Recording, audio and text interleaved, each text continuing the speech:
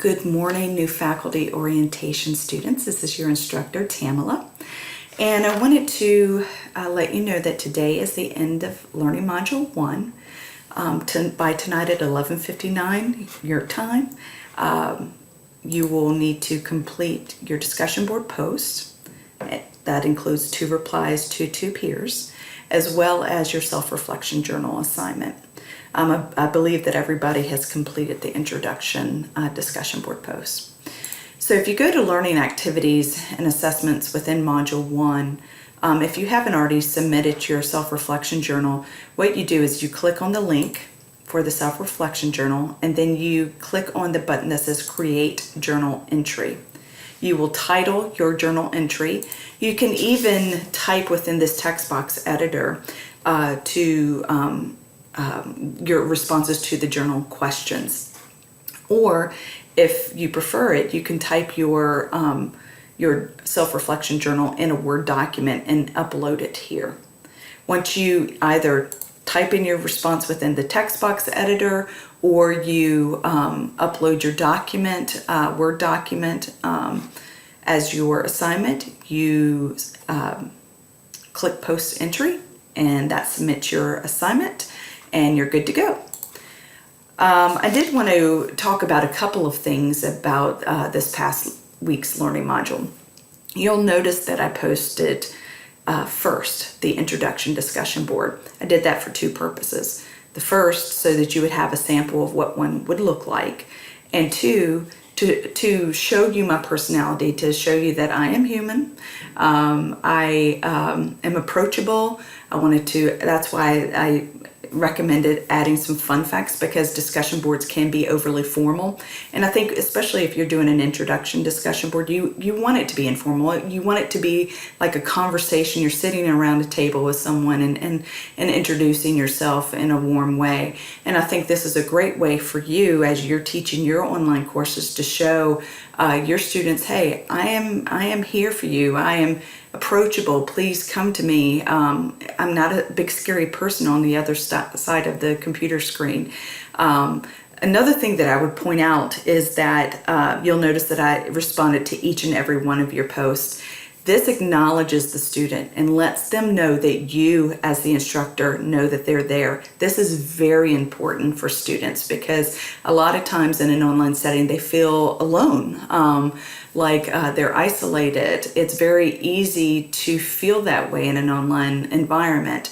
So showing students that, hey, I know you're there and I know about you, and I really enjoyed learning about who you are, and maybe using what you learn about those students and incorporating that in your feedback on assignments, that's always a very powerful thing for online students. So it helps create that social presence. And also by requiring 2 replies to the introduction discussion board, it makes the students get to know each other, which is also very important in building your online community.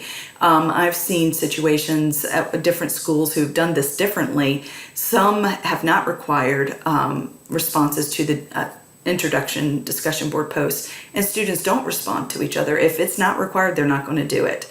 And so this kind of forces the issue of get to know each other, so that not only do they have your support, but they have support from their peers as well, which is also very important.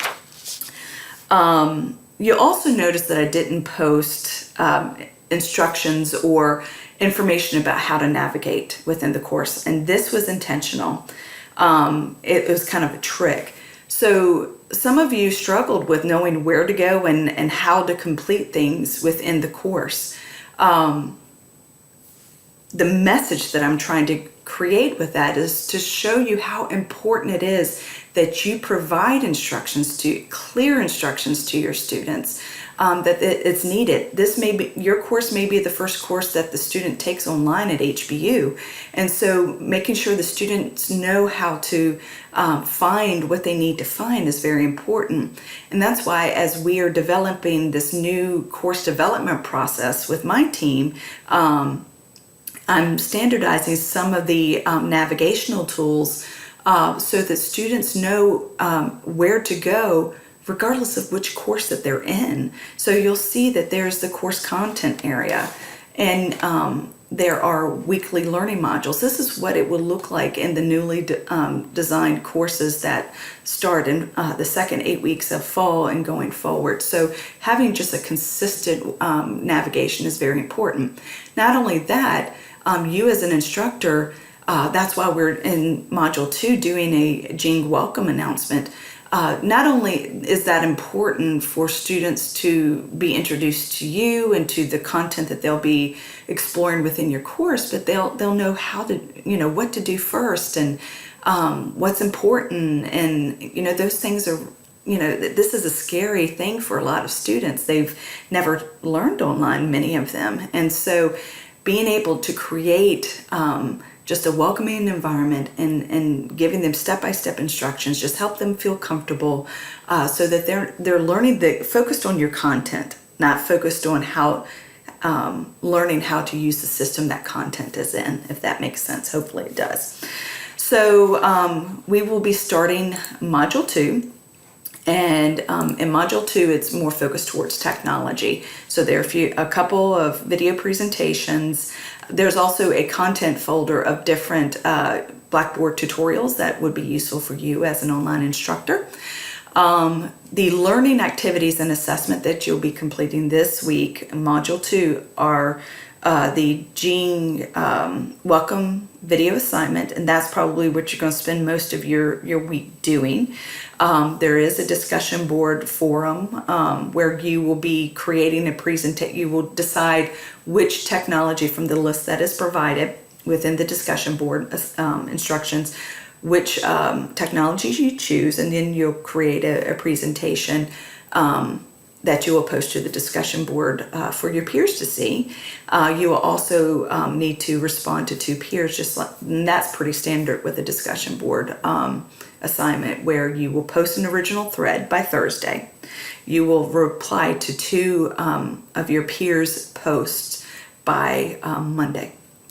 And then you have a quiz, teaching in Blackboard. So based upon the information that you learned this week about Blackboard and the reading and study area, there will be a quiz about that. So I think this covers it all. I hope that you guys are enjoying the course. I will tell you that the chat, I did learn that the chat feature in Blackboard does not work with Chrome. So if you're going to use some kind of synchronous tool, that might not be the one that you use unless you require students to download Mozilla Firefox, an internet browser, which does work with the chat feature. And also because there is a new faculty orientation this Friday, I'm actually going to cancel the chat assignment or exercise. It wasn't required anyway. I had hoped that I would be able to show you the tool. But at any rate, I'll go ahead and post what I was planning to discuss anyway in an announcement later on this week. And let's see, not this week, but next week, of course, there's the symposium. I will actually be in Houston and would love to meet some of you folks. So hopefully that'll happen while I'm in Houston for the symposium. And I think this is it. Yeah, I think this is it in terms of what I need to let you know. If you have any questions, you're confused about anything, please let me know. Have a great week.